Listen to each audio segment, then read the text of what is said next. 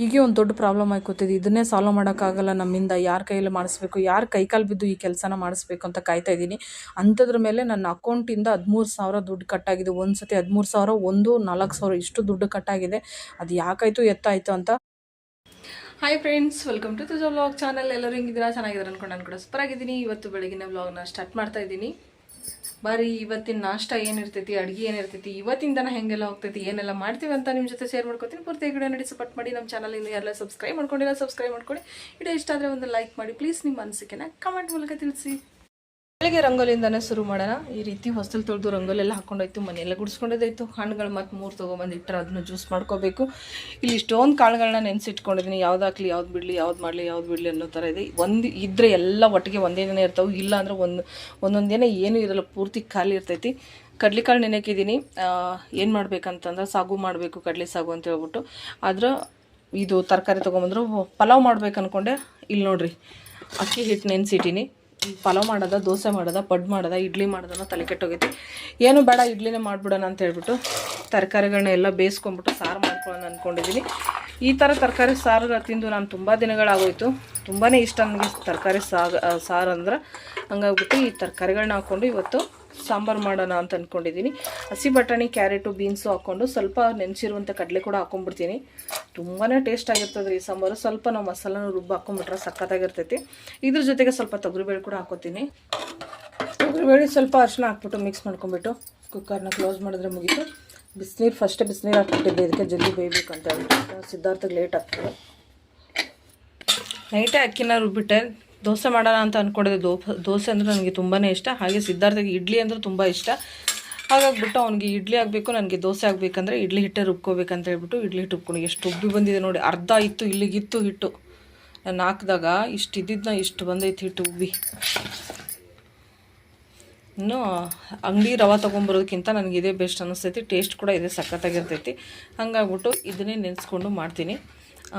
ಏನಪ್ಪ ಅಂತಂದ್ರೆ ರವೆ ರುಬ್ಕೊಂಡ್ರೆ ಸಾಕು, ಇಡ್ಲಿಗೆ ಸಖತ್ತಾಗಿ ಬರ್ತೈತಿ. ಇದರಲ್ಲೇನೋ ಒಂದು ಸ್ವಲ್ಪ ದೋಸೆ ಕೂಡ ಹಾಕ್ಕೋಬೋದು. ನನಗೆ ಇಡ್ಲಿ ಅಂದ್ರೆ ಅಷ್ಟೊಂದು ಇಷ್ಟ ಆಗಲ್ಲ, ದೋಸೆ ಅಂದರೆ ತುಂಬ ಇಷ್ಟ. ಇದನ್ನೇ ದೋಸೆ ಕೂಡ ಮಾಡ್ಕೋಬೋದು ಅಂತ ಹೇಳ್ಬಿಟ್ಟು ಇಡ್ಲಿಗೆ ಹಿಟ್ಟನ್ನ ರುಬ್ಕೊಂಡಿದ್ದೀನಿ. ಇದನ್ನೆಲ್ಲ ರೆಡಿ ಆಗಲಿ. ಸಿದ್ಧಾರ್ಥ ಮಾಡಿರೋ ನಿನ್ನೆ ಗಿರ್ಮಿಟ್ ತಿಂದ್ಬಿಟ್ಟು ನೋಡಿ ನನಗೆ ಹೆಂಗಾಗಿದೆ ಇವತ್ತು. ಯಪ್ಪ, ನಾನು ಹಿಂಗಾಗುತ್ತೆ ಅಂತ ಅಂದ್ಕೊಂಡೇ ಇರಲಿಲ್ಲ. ಯಾವಾಗಲೂ ಆ ರೀತಿ ಆಗಿರಲಿಲ್ಲ. ಆದರೆ ಈ ಸತಿ ಯಾಕೆ ಹಿಂಗಾಯಿತು ಅಂತ ಹೇಳ್ತೀನಿ. ಯಾಕಂದರೆ ಯಾವಾಗಲೂ ಸ್ವಲ್ಪ ಮಾಡೋದು, ಆಮೇಲೆ ಅಷ್ಟು ತಿಂದ್ಬಿಟ್ಟು ಖಾಲಿ ಮಾಡಿಬಿಡ್ತೀವಿ. ಜನ ಜಾಸ್ತಿ ಇರ್ತಿದ್ವಿ. ಹಾಗೆ ಈ ಸತಿ ಏನಾಯ್ತು ಅಂದರೆ 3 ಜನ ಇರೋದಕ್ಕೂ ಅವ್ನು ಜಾಸ್ತಿ ಮಾಡಿಬಿಟ್ಟ. ಜಾಸ್ತಿ ಮಾಡ್ಯಾನ ಅಂತ ಅಂದ್ರೆ ಟೇಸ್ಟ್ ಸೂಪರಾಗಿತ್ತು. ಹಂಗೆ ಅಂದ್ಕೊಂಡು ನಾನು 2 ಪ್ಲೇಟ್ ತಿಂದ್ಬಿಟ್ಟೆ. ತಿಂದಾದ್ಮೇಲೆ ಬೆಳಗ್ಗೆ ಎದ್ದರೆ ಜೀರ್ಣನೇ ಆಗಿಲ್ಲ, ಏನೋ ಒಂಥರ ಸಂಕಟ ಆಗಕ್ಕೆ ಸ್ಟಾರ್ಟ್ ಆಯಿತು. ಹೊಟ್ಟೆಲಿ ಏನೋ ಜೀರ್ಣನೇ ಆಗಿಲ್ಲ ಅನ್ನೋ ಫೀಲ್ ಆಗ್ತಾಯಿತ್ತು. ಅದಕ್ಕೆ ಒಂದು ಗ್ಲಾಸ್ ಬಿಸಿನೀರು ಕುಡಿಯೋಣ ಅಂತ ಹೇಳ್ಬಿಟ್ಟು ಬಿಸಿನೀರು ಕಾಯಿಸ್ಕೊಂಡು ಕುಡಿತಾ ಇದ್ದೀನಿ. ಅವಾಗಾದ್ರೂ ಸ್ವಲ್ಪ ಸಮಾಧಾನ ಆಗ್ತದ ಅಂತ. ಹಾಯ್ ಫ್ರೆಂಡ್ಸ್, ಎಲ್ಲರಿಗೂ ಗುಡ್ ಮಾರ್ನಿಂಗ್. ಇವತ್ತು ನಾನು ಬ್ಲಾಗ್ ಸ್ಟಾರ್ಟ್ ಮಾಡೋಕ್ಕಾಗಲಿಲ್ಲ, ಯಾಕಂದರೆ ನಾನು ಸ್ವಲ್ಪ ಲೇಟಾಗಿದ್ದೆ. ಮತ್ತು ಓದ್ಕೊಳ್ಳೋದಿತ್ತು. ಓದ್ಕೊಂಡು ಸ್ನಾನ ಮಾಡಿಬಿಟ್ಟು, ಸ್ನಾನ ಮಾಡಿದ್ಮೇಲೆ ದೇವ್ರಿಗೆ ಬಂದೆ. ಬಂದ್ಬಿಟ್ಟು ಇವಾಗ ಸ್ಟಾರ್ಟ್ ಮಾಡ್ತಾಯಿದ್ದೀನಿ. ನೋಡಿರಿ ಅಮ್ಮ ಏನು ಮಾಡ್ತಾರೆ. ನಾನು ಆಲ್ರೆಡಿ ಸ್ಟಾರ್ಟ್ ಮಾಡಿದ್ದೀನಿ. ಆಯ್ತು, ಓದ್ಬಿಡ್ರಿ, ಏನಾಗಲ್ಲ. ನನ್ನ ಕಡೆಯಿಂದ ನಾಷ್ಟಕ್ಕೆ ಏನು ಮಾಡ್ತೀರಿ? ನಾನು ಇಡ್ಲಿ, ಚಟ್ನಿ, ಸಾಂಬಾರು. ಊಟಕ್ಕೂ ಅದೇ, ನಾಷ್ಟಕ್ಕೂ ಅದೇ.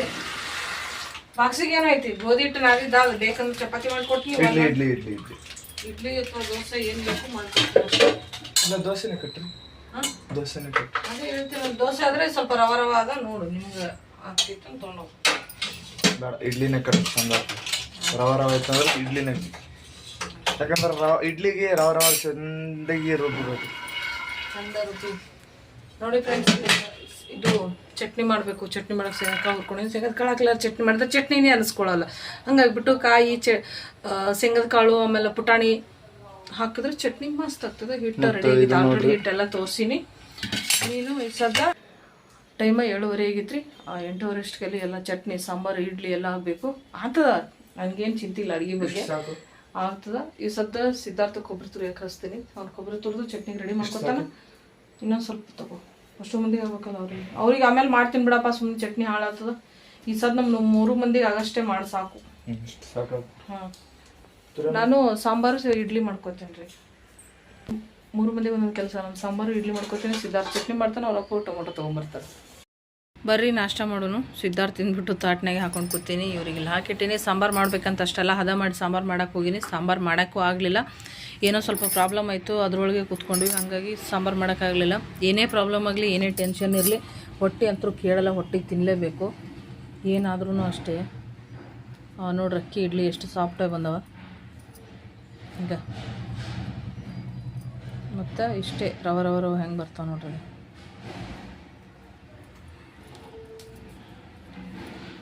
ಎಷ್ಟೇ ಪ್ರಾಬ್ಲಮ್ ಇದ್ರೂ ಹೊಟ್ಟೆಗಂತೂ ಹಾಕಲೇಬೇಕು. ಹೊಟ್ಟೆ ಕೇಳ್ತೈತೆ.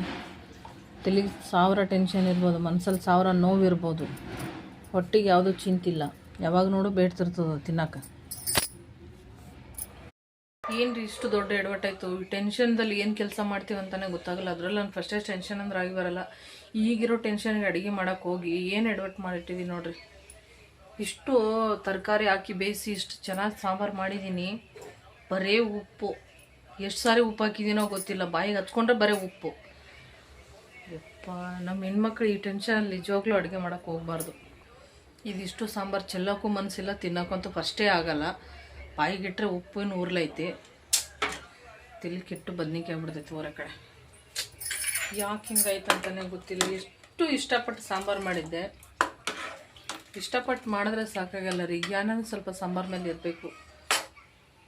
ನಾನಿರೋ ಈ ಟೆನ್ಷನಲ್ಲಿ ನಿಜವಾಗ್ಲೂ ಅಡುಗೆ ಹತ್ರನೇ ಹೋಗಬಾರ್ದಾಗಿತ್ತು. ಸಾಂಬಾರೇ ಮಾಡಬಾರ್ದಾಗಿತ್ತು. ಸುಮ್ಮನೆ ಬಾಯಿ ಮುಚ್ಕೊಂಡು ಕೂತ್ರೆ ಆಗಿರೋದು. ಈಗಷ್ಟು ಸಾಂಬಾರು ಹಾಳು, ಅರ್ಧ ಕುಕ್ಕರ್ ಸಾಂಬಾರು ವೇಸ್ಟ್. ಈಗ ಮ್ಯಾಲಿನವ್ರಿಗೆ ಏನು ಮಾಡಿ ಕಟ್ಬೇಕು ನೋಡ್ರಿ. ನಾವು ಚಟ್ನಿ ಇಡ್ಲಿ ಕೊಟ್ಟರು ಸರಿ ಅನಿಸ್ತಾ ಸಾಂಬಾರು ಇಲ್ಲದೆ. ಯಾವ ಜನ್ಮದ ಕರ್ಮನ ಅನಿಸ್ತೈತೆ ಒಂದೊಂದ್ಸತಿ ನನಗೆ. ಮಾತಾಡಿ ವಿಡಿಯೋ ಮಾಡಿದರೆ ಮತ್ತೆ ಯಾಕೆ ವಯಸ್ಸವ್ರು ಕೊಡ್ತಾ ಇದ್ದಾರೆ ಅಂತ ನೋಡ್ತಾ ಇದ್ದೀರಾ? ಹೌದು ಫ್ರೆಂಡ್ಸ್, ವಯಸ್ಸವ್ರು ಕೊಡಲೇಬೇಕು. ಕೊಟ್ಟಿಲ್ಲ ಅಂದರೆ ನೀವು ನಿಜವಾಗ್ಲೂ ಈ ವಿಡಿಯೋನೂ ನೋಡಲ್ಲ. ಆಮೇಲೆ ಮತ್ತೆ ವಿಡಿಯೋ ನೋಡಿದ್ಮೇಲೆ ನಿಮ್ಮ ಕಿವಿ ಅಂತೂ ಕರೆಕ್ಟಾಗೇ ಇರಲ್ಲ. ಕಿವಿಯಲ್ಲಿ ಪಕ್ಕ ರಕ್ತ ಬರುತ್ತೆ. ಹಾಗಾಗಿಬಿಟ್ಟು ನಿಮ್ಮ ಕಿವಿಯಲ್ಲಿ ರಕ್ತ ಬರಬಾರ್ದಂತ ಮ್ಯೂಟ್ ಮಾಡಿ ವಯಸ್ಸವ್ರು ಕೊಡ್ತಾಯಿದ್ದೀನಿ. ಯಾಕಂತಂದರೆ ರಾಮು ತಂಗಿ ಸೌಂಡ್ನ ಈ ರೇಂಜಲ್ಲಿ ಇರಲಿಲ್ಲ. ಅದು ನಾನು ಮಾತಾಡಿರೋದೇ ಏನೂ ಕೇಳಿಸಿಲ್ಲ. ಅಷ್ಟೊಂದು ವಿಪರೀತ ಸೌಂಡ್ ಅವರಿಬ್ಬರದು. ಹಾಗಾಗಿ ಮ್ಯೂಟ್ ಮಾಡಿ ಮತ್ತೆ ನಾನು ವಯಸ್ಸವ್ರನ್ನ ಕೊಡ್ತಾಯಿದ್ದೀನಿ. ಏನಂದರೆ ಬೆಳಗ್ಗೆ ಆಗಿರೋ ಟೆನ್ಷನ್ಗೆ ನನಗೆ ಸಿಕ್ಕಾಪಟ್ಟೆ ಟೆನ್ಷನ್ ಅನ್ನೋದಲ್ಲ, ಅದು ಹೆಂಗೆ ಪ್ರಾಬ್ಲಮ್ನ ಸಾಲ್ವ್ ಮಾಡ್ಕೋಬೇಕು ಅನ್ನೋದೊಂದು ಟೆನ್ಷನ್ ಜಾಸ್ತಿ ಆಗಿಬಿಟ್ಟಿದೆ ಈಗ ಎಂಥ ಪ್ರಾಬ್ಲಮ್ ಆಗಿಬಿಟ್ಟಿದೆ ಅಂದರೆ ಅದನ್ನು ನಮ್ಮ ಕೈಲಿ ನೀಗ್ಸೋಕ್ಕಾಗಲ್ಲ. ನಿಜವಾಗ್ಲೂ ಹೇಳ್ಬೇಕಂದ್ರೆ ನೀಗ್ಸೋಕ್ಕಾಗಲ್ಲ. ಅದು ಬೇರೆ ಯಾರಿಗಾದರೂ ಕೈಕಾಲು ಹಿಡಿದು ಅದು ಒಂದು ಪರಿಹಾರ ಮಾಡ್ಕೋಬೇಕು. ಇಲ್ಲಾಂದರೆ ನಾವು ಏನೂ ಮಾಡೋಕ್ಕಾಗಲ್ಲ ಅನ್ನೋ ರೇಂಜಿಗೆ ಬಂದುಬಿಟ್ಟಿದ್ದೀವಿ. ಈಗ ಅದನ್ನೇ ಹೆಂಗೆ ಸಾಲ್ವ್ ಮಾಡ್ಕೊಳ್ಳೋಣ ಅಂತ ಅದೇ ಚಿಂತೆಯಲ್ಲಿದ್ದರೆ ನಮಗೆ ಇನ್ನೊಂದು ಪ್ರಾಬ್ಲಮ್ ಬಂದು ಒಕ್ಕರ್ಸ್ಕೊಂಡ್ಬಿಟ್ಟೈತೆ. ಯಾಕೆ ಹಿಂಗೆ ಹೇಳ್ತೀವಲ್ಲ, ಬ್ಯಾಡ್ ಟೈಮ್ ಅಂತ ಬಂದುಬಿಟ್ರೆ ಹಿಂಗೆ ಮನುಷ್ಯನಿಗೆ ಯಾವಾಗ ಯಾವ ರೀತಿ ಕುಗ್ಗಿಸ್ತೆ ಅಂತ ಗೊತ್ತಾಗಲ್ಲ. ಒಂದು ಧೈರ್ಯ ತೊಗೊಂಡು ನಿಂತ್ಕೊಂಡಿದ್ದೀವಿ ಅನ್ನೋದು ಅಷ್ಟೇ ಸಾಕು. ಹೆಂಗಾದ್ರೂ ಮಾಡಿ ಕುಗ್ಗಿಸ್ಬಿಡುತ್ತೆ ಮನುಷ್ಯನ ಈ ಟೈಮ್, ಬ್ಯಾಡ್ ಟೈಮ್ ಅನ್ನೋದು. ಇವಾಗ ಮತ್ತೆ ನನಗೆ ನಿನ್ನೆ ಬ್ಯಾಂಕಿಗೆ ನಾನು ಸ್ವಲ್ಪ ದುಡ್ಡು ತೊಗೊಂಬರ್ತೀನಿ ಅಂತ ಹೋದ್ರು. ಮನೆ ಖರ್ಚಿಗೆ ದುಡ್ಡಿಲ್ಲ ಅಂತ ಹೇಳ್ಬಿಟ್ಟು ಬ್ಯಾಂಕಿಗೆ ದುಡ್ಡು ತೊಗೊಂಬರಕ್ಕೆ ಹೋದ್ರೆ ಅಲ್ಲಿ 13,000 ಕಟ್ಟಾಗಿದೆ ಅಂತ ಮೆಸೇಜ್ ಬಂದಿದೆ ಅಂತೆ ಬುಕ್ಕಲ್ಲಿ ಎಂಟ್ರಿ ಮಾಡಿದಾಗ. ಅದಕ್ಕೋಸ್ಕರ ಅವ್ರು ಬಂದು ಹೇಳಿದ್ರು, ಇಲ್ಲ ದುಡ್ಡು 7,000 ಇರೋದಲ್ಲಿ. ನಾನು ನೋಡಿದಾಗ 11,000 ಆಯಿತು. 7,000 ಹೆಂಗೆ ಉಳಿತು? ಮತ್ತು 13,000 ಕಟ್ಟಾಗಿದೆ ಅಂತ ಇದರಲ್ಲಿ ಎಂಟ್ರಿ ಆಗಿದೆ ಹೆಂಗಂತ ಹೇಳಿದಾಗ ನನಗೆ ನಿಜವಾಗ್ಲೂ ಕೈಕಾಲನೇ ನಡುಗೋಯ್ತು. ಅಷ್ಟೊಂದು ದುಡ್ಡು ಹೆಂಗೆ ಕಟ್ಟಾಯಿತು ಅಂತ ಟೆನ್ಷನ್ ಮಾಡ್ಕೊಂಡಿದ್ದೆ. ಅದಕ್ಕೋಸ್ಕರ ಬ್ಯಾಂಕಿಗೆ ಹೋಗಿದ್ರು ಕೇಳಿದ್ರೆ ಗೊತ್ತಾಗುತ್ತಲ್ಲ. ಸುಮ್ಮನೆ ನಾನು ಇಲ್ಲೇ ಕೂತ್ಕೊಂಡು ಯೋಚನೆ ಮಾಡಿದ್ರೆ ಆಗಲ್ಲ ಅಂತ ನಿನ್ನೆ ಹಂಗೆ ಟೈಮ್ ವೇಸ್ಟ್ ಆಗೋಯ್ತು. ಯಾಕಂದರೆ ಅವ್ರು ಹೋಗಿ ನೋಡ್ಕೊಂಬರೋಷ್ಟರಲ್ಲಿ 4 ಗಂಟೆ ಆಗಿತ್ತು. 4 ಗಂಟೆಗೆ ಹೋದರೆ ಯಾರೂ ಸಿಗಲ್ಲ. ಸರಿ ಆಯಿತು, ನಾಳೆ ಹೋಗ್ತೀನಿ ಅಂತ ಅಂದ್ಕೊಂಡು ಇವತ್ತು ರೆಡಿಯಾಗಿ ಹೋಗ್ತಾಯಿದ್ದೀನಿ ರೀ. ಈ ರೀತಿ ದುಡ್ಡು ಕಟ್ಟಾಗತ್ತೆ ಅಂತ ನಿಜವಾಗ್ಲೂ ನಾನು ಅಂದ್ಕೊಂಡಿರಲಿಲ್ಲ. ಇಷ್ಟೊಂದು ದುಡ್ಡು ಹೆಂಗೆ ಕಟ್ಟಾಯಿತು ಅನ್ನೋದೇ ಟೆನ್ಷನು. ಈ ಬ್ಯಾಂಕಿಗೆ ಹೋಗಿ ಬರ್ತೀನಿ. ಬಂದ ಮೇಲೆ ದುಡ್ಡು ಯಾಕೆ ಕಟ್ಟಾಯಿತು, ಏನು ಕಟ್ಟಾಯಿತು ಅಂತ ಆಮೇಲೆ ಯೋಚನೆ ಮಾಡ್ತೀನಿ. ನಿಮಗೆ ನಾನು ಖಂಡಿತ ತಿಳಿಸ್ತೀನಿ. ನಿಜವಾಗ್ಲೂ ನನಗೆ ಹೆಂಗಾಗ್ತಾಯಿದೆ ಅಂದರೆ ಕೂತ್ಕೊಂಡು ಹತ್ರೂ ಆ ದುಡ್ಡು ಬರಲ್ಲ. ಇಲ್ಲಿ ಏನಾಗಿದೆ ಅಂತಲೂ ಗೊತ್ತಾಗ್ತಾ ಇಲ್ಲ. ಇಷ್ಟೊಂದು ಒಂದೇ ಸತಿ ದುಡ್ಡು 13,000 ಒಂದು ಕಟ್ಟಾಗ್ಬಿಟ್ರೆ ಹೆಂಗಾಗುತ್ತೆ ಹೇಳಿ ಮನುಷ್ಯನಿಗೆ? ಅದು ಅಲ್ಲದೆ ಮತ್ತೆ ಅದು 13,000 ಕಟ್ಟಾಗಿದ್ದೊಂದು, ಈ 11,000ದಲ್ಲಿ ಮತ್ತೆ 4,000 ಇಲ್ಲ ಅನ್ನೋದೊಂದು. ಹೆಂಗೆ ಟೆನ್ಷನ್ ಆಗ್ಬಿಡ್ತಂದ್ರೆ ಯಪ್ಪ ನನಗೆ ಇಷ್ಟೊಂದು ದುಡ್ಡು ಕಟ್ಟಾಗ್ಬಿಟ್ರೆ ನಾವು ಹೆಂಗೆ ಬದುಕೋದು ಅನ್ನೋ ರೇಂಜಿಗೆ ಬಂದುಬಿಟ್ಟಿದೆ ನಮ್ಮದಂತೂ. ನಿಜವಾಗ್ಲೂ ಎಲ್ಲರೂ ಹುಷಾರಾಗಿರಿ. ಫೋನಲ್ಲಿ ಯಾವುದೇ ಮೆಸೇಜು ಲಿಂಕ್ಗಳು ಬಂದರೆ ಓಪನ್ ಮಾಡೋಕ್ಕೆ ಹೋಗ್ಬೇಡಿ. ಇವಾಗ ನಾವು ಅದರಲ್ಲಿ ನೋಡ್ತಾ ಇದ್ರೆ ಆನ್ಲೈನಿಂದನೇ ಕಟ್ಟಾಗಿದೆ ಅಂತಲೇ ತೋರಿಸ್ತಾ ಇದೆ. ಯಾವುದೋ ಏನೇನೋ ತೋರಿಸ್ತಾ ಇದೆ. ಅದು ನನಗಂತೂ ಆ ಕೆಲಸ ನಾವು ಎಲ್ಲಿ EMI ಅದು ಏನೇನೋ ಹೇಳ್ತಾ ಇದೆ. ನಾವು ಯಾವ EMIನೂ ಇಲ್ಲ, ಏನೂ ಇಲ್ಲ. ನಮ್ದು ಯಾವುದು ನಾವು ಏನು ಖರೀದಿನೇ ಮಾಡಿಲ್ಲ. EMI ಅಂತ ನಮ್ದು ಯಾವುದೂ ಇಲ್ಲವೇ ಇಲ್ಲ. ಅಂಥದ್ರಲ್ಲಿ ಹಂಗೆ ತೋರಿಸ್ತಾ ಇದೆ. ಎಲ್ಲಿ ಕಟ್ಟಾಯ್ತು ಅಂತ ನನಗೆ ನಮ್ಮ ಮನೆಯವ್ರು ಬೈತಾ ಇದ್ದಾರೆ, ನೀನು ಏನಾದರೂ ಫೋನಲ್ಲಿ ಕೈ ಆಡಿಸ್ತೀಯಾ, ಏನು ಮಾಡಿಟ್ಟಿದ್ಯಾ ಏನೋ ಅಂತ. ನಾನು ಏನೂ ಮಾಡೇ ಇಲ್ಲ. ನಾನು ಯಾವ ಲಿಂಕ್ ಕೂಡ ಪ್ರೆಸ್ ಮಾಡಲ್ಲ. ನಾನು ಯಾವುದೇ ಬಂದರೂ ಫಸ್ಟು ಡಿಲೀಟ್ ಮಾಡಿಬಿಡ್ತೀನಿ.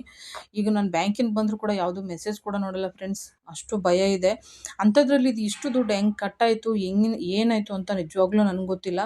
ನೆಕ್ಸ್ಟ್ ವಿಡಿಯೋದಾಗ ಏನಾಯಿತು ಅಂತ ತಿಳಿಸ್ತೀನಿ. ಈ ವಿಡಿಯೋ ಇಲ್ಲಿಗೆ ಎಂಡ್ ಮಾಡ್ತಾಯಿದ್ದೀನಿ. ನಮಸ್ಕಾರ.